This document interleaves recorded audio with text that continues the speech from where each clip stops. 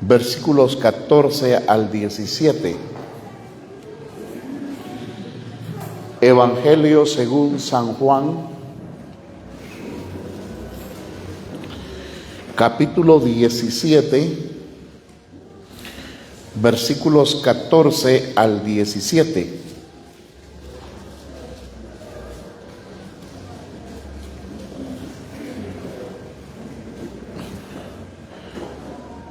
Gloria a Jesús.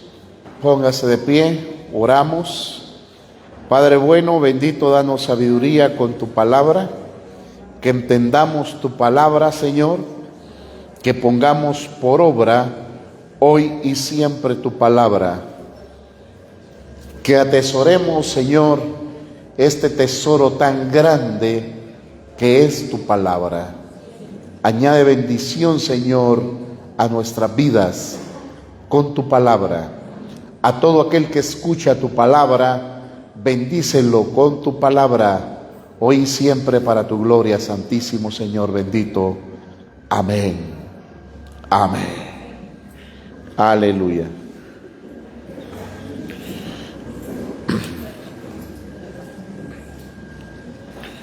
Dice Juan 17, versículo 14 al 17. Con toda reverencia a nuestro Dios Santísimo, yo les he dado tu palabra. ¿Qué nos ha dado Él? ¿Qué nos ha dado? Su palabra. Amén. La palabra es el tesoro más grande que tenemos de parte de Él, amados hermanos. Y por eso te debemos de estudiar su palabra. Yo les he dado tu palabra, dice. Amén. La palabra que Cristo nos ha dado es la palabra del Padre. Dice que Él no habló de su propia cuenta, dice, sino que Él ha hablado todo lo que escuchó del Padre. Dice, yo les he dado tu palabra y el mundo los aborreció. Tome nota de eso. El mundo nos aborreció. Dígalo, el mundo nos aborreció. O sea, ese es un buen indicador. Si usted quiere evaluar su vida espiritual, cómo está con el Señor, usted tiene que ser aborrecido por el mundo. Si el mundo lo ama, amén, es decir, el impío, el escarnecedor lo ama a usted, entonces ese indicador dice de que las cosas andan mal. Amén. Pero si el escarnecedor, el burlador, el impío se levanta contra usted y habla mentiras contra usted, y no solo contra usted, sino que contra la obra del Señor, ese indicador está diciendo que las cosas andan bien. Amén. Andan bien. Cuando el mundo habla mal de nosotros, eso significa que las cosas andan bien. Siempre y cuando, escuche, esto sí hay que aclararlo, siempre y cuando lo que hablan sea mentira. Amén. Porque es diferente cuando hablan verdades, ahí sí estamos amolados, ahí sí estamos arruinados. Pero cuando ellos hablan mintiendo contra un cristiano o contra la iglesia de Cristo Jesús, eso significa que las cosas andan bien para el pueblo de Dios. El asunto es, amados hermanos, que nosotros en nuestros deseos pasionales o carnales, queremos oír, queremos escuchar que hablen bien de nosotros. Queremos que el impío se exprese de buena manera de nosotros, ¿ya? Ese es el deseo carnal, ¿verdad? Entonces, recuérdese que el deseo carnal no solo es en cuanto a la fornicación, el adulterio, entre otras cosas, sino que también en cuanto a lo que queremos escuchar, ¿ya? Nuestros deseos, nuestros apetitos humanos quieren escuchar cosas bonitas del mundo, pero debemos de tener claro que el mundo no nos ama. Amén. El mundo nos ha aborrecido. Así dice la palabra del Señor. Volvamos a leer. Yo les he dado tu palabra y el mundo los aborreció porque no son del mundo. Escuche, porque no, diga conmigo, porque no soy de este mundo, como tampoco dice, yo soy del mundo. Amados, no pertenecemos a este mundo. Amén. Por lo tanto, no tenemos que estar aferrados a las cosas de este mundo. El mundo pasa y sus deseos, dice, pero la voluntad de Dios permanece para siempre. Entonces, amados hermanos, es peligroso. Mucha gente está aferrada a las cosas de este mundo. Mucha gente está afanada en solo hacer dinero y no le da el tiempo a Dios porque están en aquel afán de hacer dinero. Están en aquel afán de tener nuevas posesiones de todo tipo, y eso, amado hermano, aparta de Dios. Obviamente el Señor conoce nuestras necesidades, sabe de qué tenemos necesidad y nos va proveyendo de acuerdo a lo que necesitamos. Pero algo muy importante que dice la palabra, que busquemos el reino de Dios y su justicia, y todo lo demás viene por añadidura. Sin esforzarse tanto, sin tanta locura, hermano, sin tanta demencia, como gente que se desvive tronándose los dedos, desvelándose, quemándose las pestañas, en apuros, en aflicciones, y entran hasta en ansiedad porque no logran aquello que se han propuesto. Eso no es de hijos de Dios. Dios quiere que sus hijos estén en paz y vivan contentos como Dios los tiene hasta el día de hoy. Amén. ¿Acaso Dios se descuida de sus hijos? ¿Acaso Dios no conoce las necesidades de sus hijos? Claro que las conoce. Únicamente nosotros tenemos que darle ese culto racional a nuestro Señor. Amén. Todos los días. Amén. Diga conmigo, todos los días. No es solo un día a la semana. No solo son 2 días a la semana, ni 3 ni 4. Son todos los días de la semana que debemos de darle ese culto racional al Señor. Y usted dirá, hermano, pero no hay todos los días cultos en la iglesia. Sí, pero lo puede hacer en su casita, lo puede hacer orando, lo puede hacer estudiando la palabra, lo puede hacer evangelizando, lo puede hacer, amado hermano, de muchas maneras. Y cuando hay actividad en la iglesia, no quedarse en su casita, sino que venirse acá juntos los hermanos en armonía, a alabar, a glorificar el buen nombre de nuestro Señor Dios Todopoderoso. Amén. Entonces eso nos fortalece, eso es nuestra vitamina espiritual todos los días de nuestra vida. Entonces dice acá, dice el verso 15, no ruego que los quites del mundo, ponga atención, no ruego que los quites del mundo, sino que los guardes del mal. Amén. Y cuando dice que los guardes del mal, se refiere al maligno, se refiere a Satanás, al príncipe de las tinieblas. A eso se refiere. Amén. Porque del mal en general, no. Porque, amados hermanos, una enfermedad es un mal, ¿ya? Una escasez es un mal. Una muerte de un ser querido es un mal. Pero los que estamos en Cristo Jesús, todas las cosas ayudan para bien. Eso marca la diferencia, ¿ya? Entonces, hay una expresión muy negativa, cuando alguien se libra de un atentado, se libra de un accidente, es librado de la muerte por alguna situación y otro muere y él se libra. Hay una expresión equivocada que se dice, Dios, ¿cómo me amas? Me amas, Señor, porque me libraste de la muerte. Eso no es así. Dios lo ama, ya sea que viva o muera.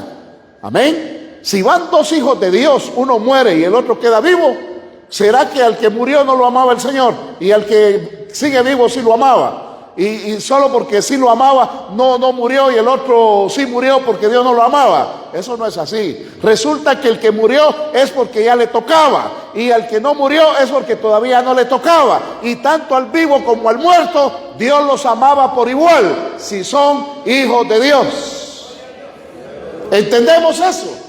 Amén. Entonces, amados hermanos, tenemos que saber expresarnos. Entonces dice acá, sigue diciendo la palabra del Señor, verso 15: no ruego que los quites del mundo, sino que los guardes del mal, dice, es decir, del maligno. No son del mundo, como tampoco yo soy del mundo. Santifícalos, ¿en qué dice? En tu verdad. Diga conmigo, santifícalos en tu verdad, porque tu palabra es verdad. ¿En qué nos santifica el Señor? En su verdad. ¿Y cuál es su verdad? Su palabra. Si usted no estudia la palabra, amén, y alguien dirá, hermano, yo no puedo leer. Bueno, si usted no escucha la palabra, amén, y si no sabe leer, por haragán, porque hay muchas formas de aprender a leer hoy en día, fáciles, ¿ya? Ahí andan los que alfabetizan, rogando a las personas para que aprendan a leer y a escribir. Pero el haragán no quiere, no quiere el haragán. Bueno, ya sabrá él o ella. Entonces, amados hermanos, pero por lo menos tiene que escuchar la palabra. Tiene que escucharla. Mire, hermano, hace unos 200 años atrás no existía esa facilidad. Hoy, amado hermano, solo tiene su teléfono, baja una aplicación de la Biblia en audio y ya puede estar escuchando la palabra del Señor. Amén. Y puede pasar horas escuchando la palabra del Señor. Se acuesta y se le va el sueño. Amado hermano, oró y ya no tiene más que decir y está con los ojos pelados. Ahí escuche la palabra del Señor. Amén. La palabra lo está ministrando hasta que se va a quedar bien fondeado ahí, panza arriba. ¿Cuántos alaban a Cristo Jesús? Amén. O sea que las formas, mire, y dice la palabra del Señor, que al que más se le da, más se le demanda. Más se le demanda. Hermanos, los de la iglesia primitiva no tenían el privilegio de cargar una Biblia como esta. Ellos no tenían ese privilegio. Los siervos de Dios, amado hermano, escuche, los siervos de Dios, por ejemplo, el apóstol Pablo, que él era un erudito en la palabra, era un gran teólogo, un gran doctor de la ley judía. Él, amado hermano, tenía una bodega donde tenía los escritos de la palabra. Para llevarse una Biblia, para trasladarla de un lugar a otro, tenían que usar una carreta de bueyes o una carreta con burros, ¿ya? Y un montón de jarrones, y en cada jarrón iba un rollo de la Sagrada Escritura, hermano. Imagínense usted qué gran trabajo para poder estudiar la palabra del Señor. Amén. Los libros grandes eran varios rollos. Por ejemplo, el libro de los Salmos eran varios rollos, no eran solo uno. Imagínense, amado hermano, no se daban el lujo los cristianos de tener una Biblia como la que tenemos hoy en día. Amén. Ellos nada más escuchaban. Cuando los apóstoles o los pastores de la época en la iglesia primitiva hacían los cultos, no le decían a los hermanos, saquen su Biblia, hermano, ya, nada que ver, nadie la tenía. Amén. Ellos la habían estudiado en su casa porque no la podían llevar a la sinagoga o a la casa donde se iba a hacer el culto, no la podían llevar. Estudiaban en su casa las escrituras, ¿ya? Y llevaban de memoria lo que iban a darle de comer al pueblo de Dios.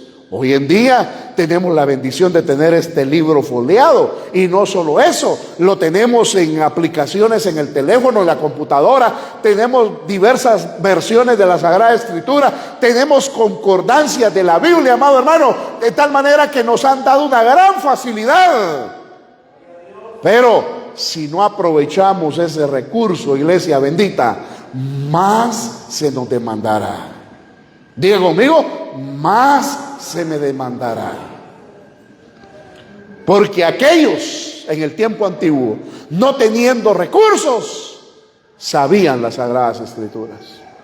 Y nosotros, teniendo recursos, ay hermano, si hacemos una prueba, les aseguro que muchos no tienen varios textos bíblicos en su mente. Amén. Entonces es importante que cada uno de nosotros, amados hermanos, tomemos esa pasión por la palabra. Veamos acá, dice el 17 una vez más: santifícalos en tu verdad, porque tu palabra es verdad. ¿Usted quiere ser santificado en la verdad de Dios? Estudie la palabra. Tiene que tener el Espíritu Santo como guía, y el Espíritu Santo, amado hermano, le da esa guianza a la verdad bíblica de las Sagradas Escrituras. Quiero que vea, amado hermano bendito, lo que nos dice, pero la pregunta sigue siendo: ¿por qué dice que nos guarda del mal cuando hay males en nosotros? ¿Por qué? Volvamos a leer acá donde dice el verso 14: yo les he dado tu palabra y el mundo los aborreció, porque no son del mundo, tampoco yo soy del mundo. Verso 15: no ruego que los quites del mundo, sino que los guardes del mal. Entonces, ¿por qué dice te ruego que los guardes del mal? ¿De qué mal le está hablando el Señor ahí? Sí, en otro pasaje dice, por ejemplo en Juan 16:33 dice: en el mundo tendréis aflicción. La aflicción es un mal. En el mundo tendrán aflicciones, pero no teman, dice, yo he vencido al mundo. Así dice el Señor: en el mundo tendrán aflicciones. No son males que vienen, pero porque ahí dice te pido que los guardes del mal. ¿De qué mal? Eso es lo que vamos a ir viendo, amado hermano, y ponga atención. Apocalipsis 2:10, vea lo que dice Apocalipsis 2:10. Vaya Apocalipsis 2:10. Dice: no temas en lo que has de padecer. Tendréis tribulación por 10 días. Y el diablo echará a alguno de ustedes en la cárcel. Sé fiel hasta la muerte, dice. Amén. ¿Qué significa? Hemos dicho varias veces: sé fiel aunque te maten por mí. Eso está diciendo, hermano. Y sigue la pregunta: hermano, entonces ¿de qué mal nos está librando el Señor? Si está diciendo que seamos fiel incluso a costa de nuestras vidas, entonces ¿de qué mal nos está librando el Señor? Y podemos seguir con más. Vaya a Mateo 10:28, por favor.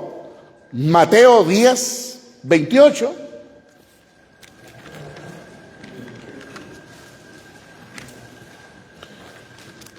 Gloria a Cristo Jesús.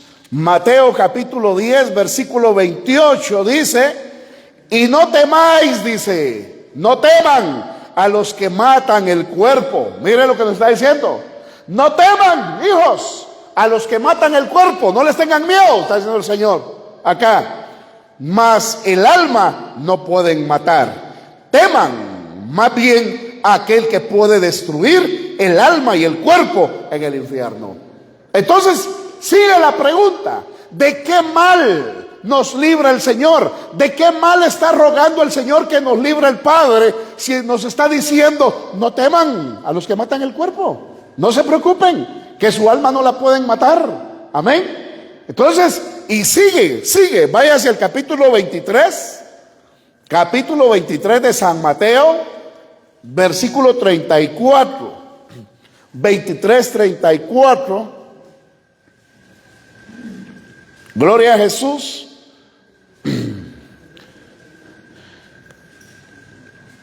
23, 33 y 34, lo tenemos. Mire lo que Jesús le dice a estos hombres impíos: serpientes, generación de víboras, ¿cómo escaparán de la condenación del infierno? Les dice. Y luego les añade una vez más: por tanto, he aquí, yo les envío profetas y sabios y escribas, y de ellos a unos mataréis. ¿Qué dice? A unos mataréis, y a otros crucificaréis, y a otros azotaréis en vuestras sinagogas. Mire lo que le dice el Señor a los impíos de la época, a los religiosos impíos de la época. Les dice, después de que les pega su reprendida, les dice: por tanto, he aquí, yo les envío profetas. ¿Y quiénes son los profetas? Toda la iglesia de Cristo Jesús. Toda la iglesia. Cada miembro de la iglesia es un profeta de Dios. No un profeta de oficio como aquellos del Antiguo Testamento, como Moisés, como Elías, como Samuel, como Eliseo. No. Ese tipo de profetas no existe hoy en día. ¿Vieron? No existe eso. Amén. Pero sí existen los profetas en el sentido de que la iglesia da a conocer la profecía bíblica. En este momento, ¿qué estamos dando a conocer? La profecía bíblica. Amén. Eso es ser profeta de Dios hoy en día. Todo aquel que predique el evangelio de Cristo Jesús se constituye en un profeta, porque está dando a conocer la profecía bíblica. Amén. Hermano, pero existe el don de profecía también. Eso es diferente. El don de profecía, claro que sí. El apóstol Pablo dice que en parte conocemos y en parte profetizamos, dice. En parte, no en todo. Amén. Los profetas de oficio del Antiguo Testamento profetizaban en todo, a plenitud, porque tenían la revelación completa de Dios. Hoy no, porque ya tenemos a Cristo Jesús, que dio la revelación total. Tenemos al Espíritu Santo, que nos guía a toda verdad a través de su palabra escrita. No hay ninguna nueva revelación que revelar, además de la que ya tenemos en la palabra escrita. Amén. Sino que en parte podemos profetizar algunas cosas con el don de profecía, pero eso no lo constituye como profeta, sino que como una persona que tiene el don de profecía, y como profeta que somos todos los miembros de la iglesia de Cristo Jesús.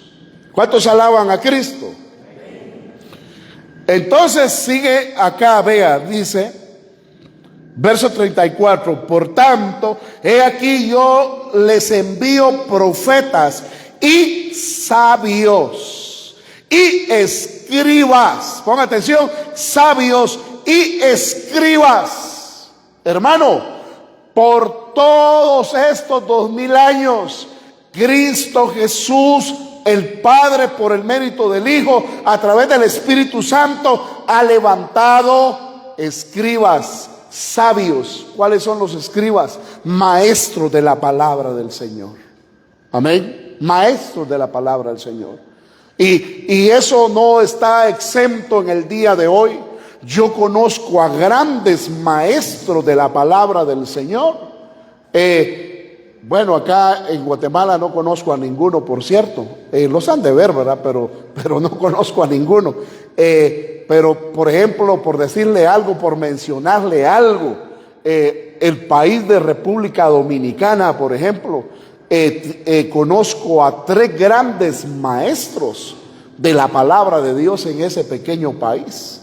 Y así en otros países, grandes hombres con grande sabiduría, que Dios les ha dado una gran iluminación para poder exponer el texto bíblico. No que traigan otra revelación, sino que la iluminación del Espíritu Santo a lo que ya el Padre nos dio a través del Hijo, los profetas y el Hijo, que vino a consolidar y a consumar la verdad escrita que ahora tenemos en nuestras manos.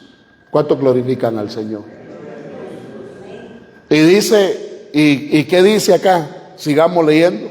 Verso 34 una vez más. Por tanto, he aquí, yo os envío profetas y sabios y escribas, dice, y de ellos a unos mataréis y crucificaréis y a otros azotaréis en vuestras sinagogas. Tenemos al apóstol Pablo, por ejemplo. El apóstol Pablo era un gran escriba, un gran maestro de la palabra del Señor. ¿Y qué pasó? Lo encarcelaron. Los judíos quisieron matarlo, asesinarlo. No pudieron. Pero al final el apóstol Pablo terminó siendo decapitado. Le cortaron la cabeza por causa del evangelio de Cristo Jesús. Y lo está diciendo el Señor acá. Algunos, dice, los matarán, a otros los van a crucificar, a otros los van a azotar en las sinagogas por causa del evangelio de Cristo Jesús. Amén. Esos son males, pero que sirven de bendición para el pueblo de Dios. Amén, hermanos. Ahora, sigue la pregunta, ¿de qué mal entonces el Señor pide al Padre que nos guarde? Amén. Veamos ahí, amados hermanos benditos, lo que pasa con Job. Váyase a Job, capítulo 1, verso 12. Libro de Job, capítulo 1, versículo 12.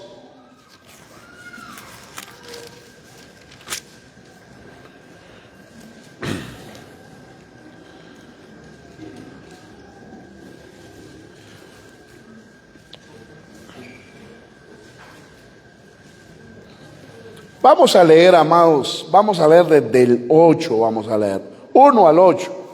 Capítulo 1, versículo 8, dice, y Jehová dijo a Satanás, ¿no has considerado a mi siervo Job, que no hay otro como él en la tierra, varón perfecto y recto, temeroso de Dios y apartado del mal?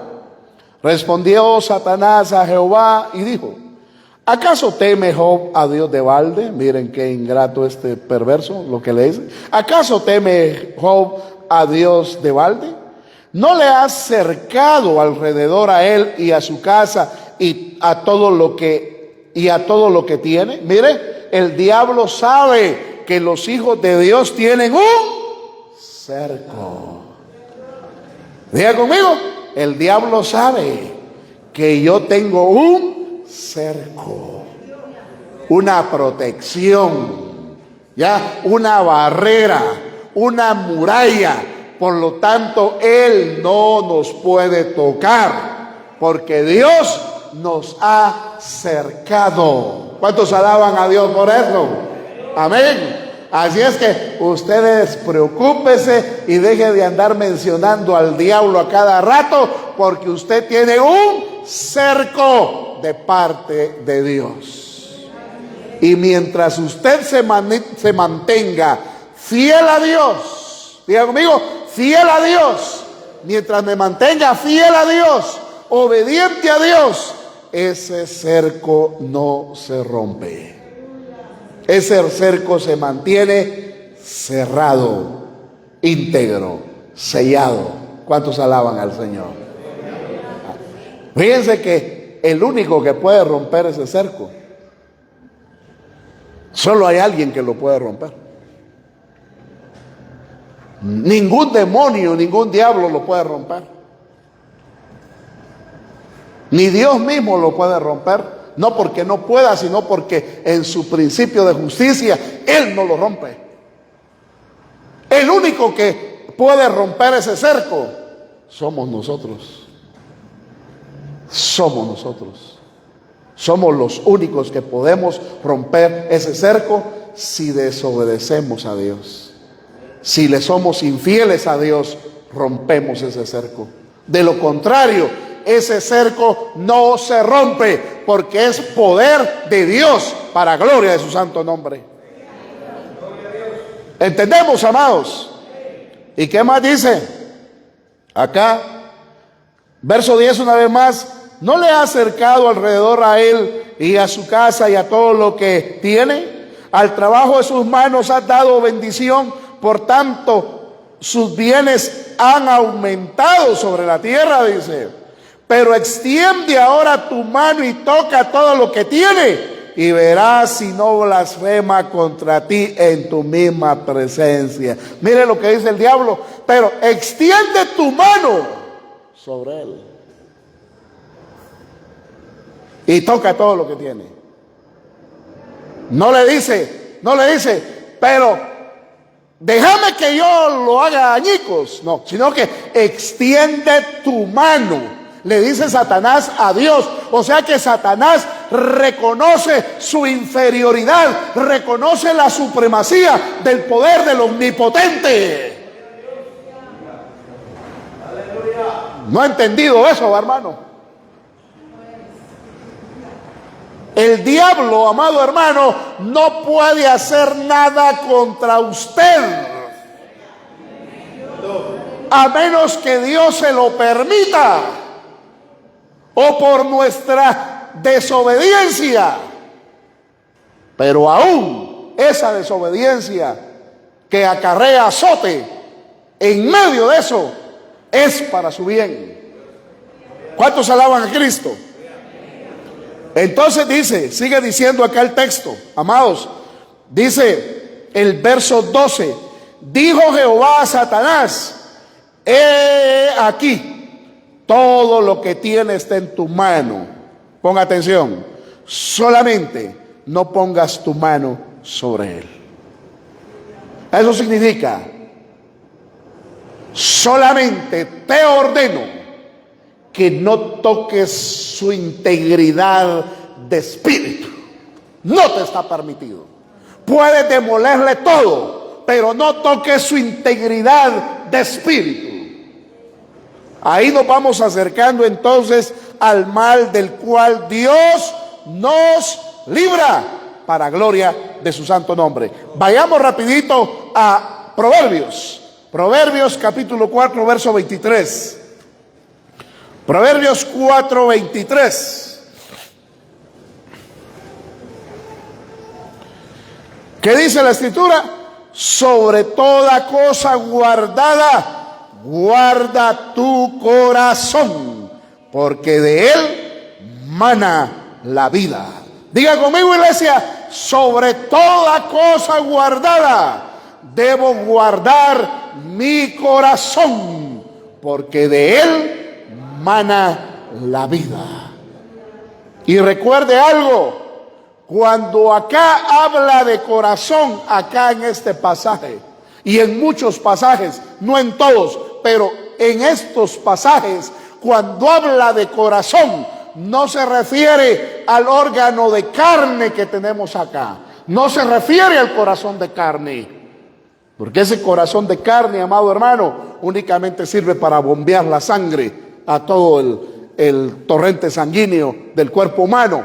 Cuando la Biblia habla de ese corazón, habla del corazón del hombre, no del corazón del cuerpo, sino que del corazón del hombre. ¿Y cuál es el corazón del hombre? Es su espíritu, es su esencia, es su verdadero yo, es su verdadera identidad, su verdadera persona, su esencia, que tiene contacto con Dios directamente para gloria de su santo nombre. Ahora vaya a Juan, Evangelio de Juan capítulo 13. ¿Qué es lo que tiene que guardar? Su corazón, o es decir, su espíritu, ¿verdad? Su espíritu, amén. Ya aclaramos de que no es el corazón de carne, sino que es el corazón del hombre, su espíritu. Juan 13, 2. Mire lo que dice. Vayamos desde el 1, 13, 1.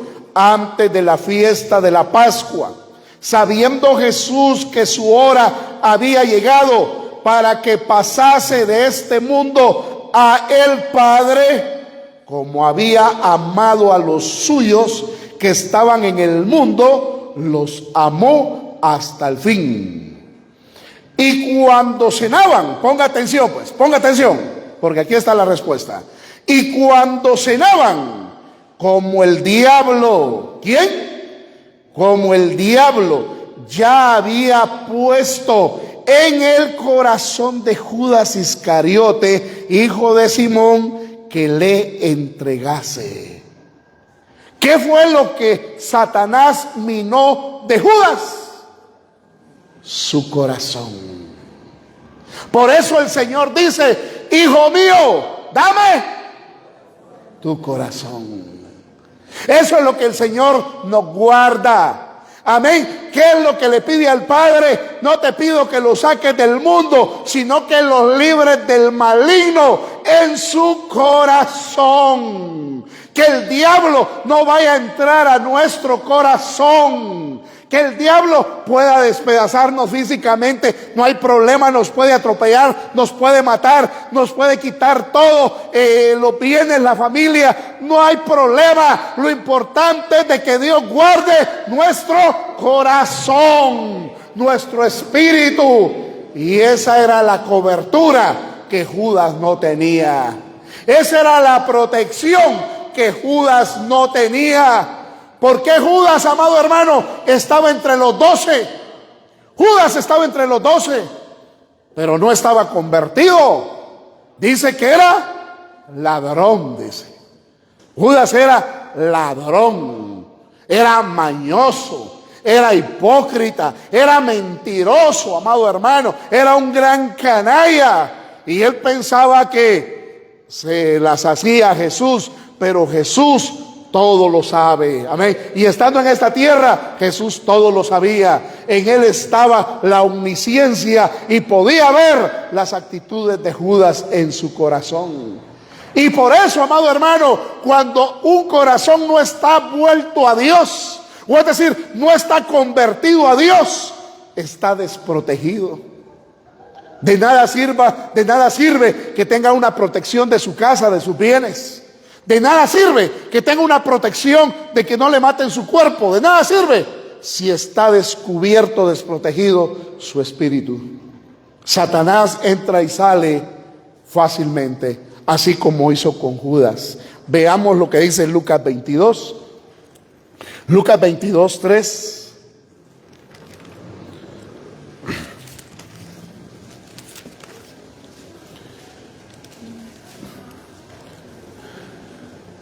(22:3) Amén. Leamos desde el 1 también. Estaba cerca la fiesta de los panes sin levadura, que se llamaba la Pascua, y los principales sacerdotes y los escribas buscaban cómo matarle, porque temían al pueblo.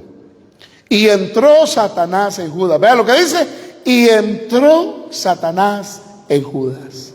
¿Qué le minó? Su corazón, su espíritu. Entonces, amados hermanos benditos, cuando Jesús hace esa oración, regresemos al texto base, Juan capítulo 17, y aquí terminamos.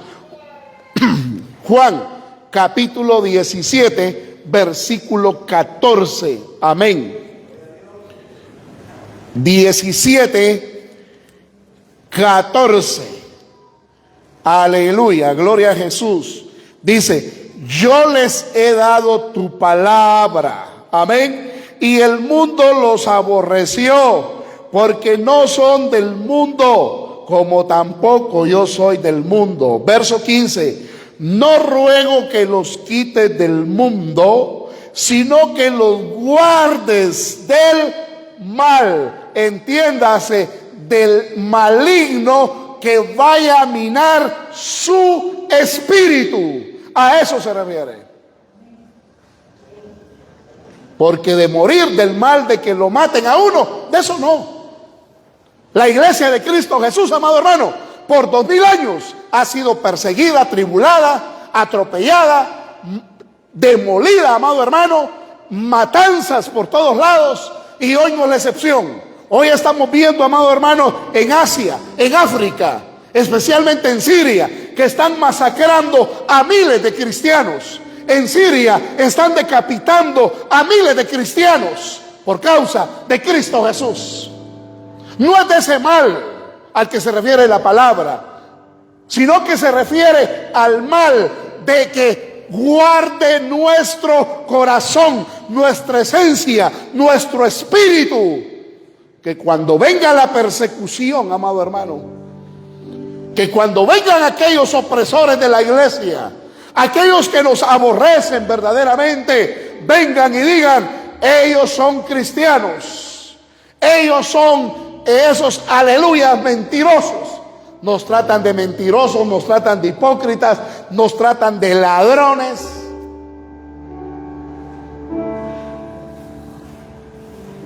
¿Qué no nos dicen, amados? ¿Amén? ¿Qué no nos dicen?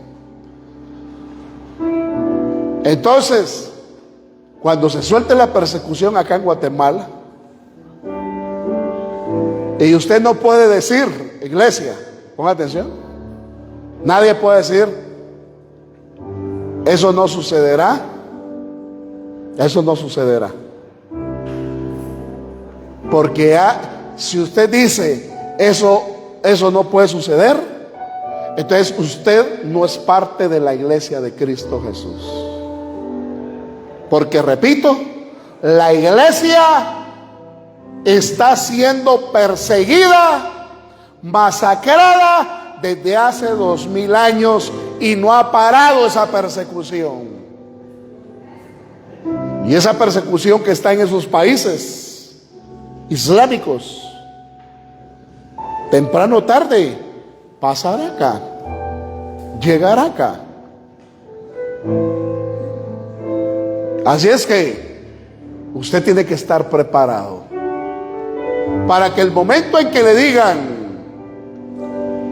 cuando usted vea que tienen un machete afilado sobre su cuello y le digan: la única forma en que no morís es que renuncies a Jesús de la cruz. Y ahí se mira de quién son las mulas. Ahí se mira quién es quién. Fácil es decir: soy cristiano, evangélico y le sirvo al Señor, sin persecución a muerte. Pero con una persecución a muerte, ahí es diferente la cosa. Y va a llegar, iglesia, porque la persecución no ha cesado. No ha cesado. Repito, si usted es de los que dicen eso no puede sucederle a la iglesia, usted no es parte de la iglesia de Cristo Jesús. Saber a qué iglesia pertenece, menos a la iglesia de Cristo Jesús. Bienaventurados seréis, dice el Señor, cuando por mi causa os vituperen y digan toda clase de males contra vosotros mintiendo. Y lo que dice Apocalipsis 3:10: sé fiel hasta la muerte y yo te daré la corona de la vida. Paz y bendiciones, amados. Cierren sus ojos, vamos a adorar. Gracias, Señor. Gracias.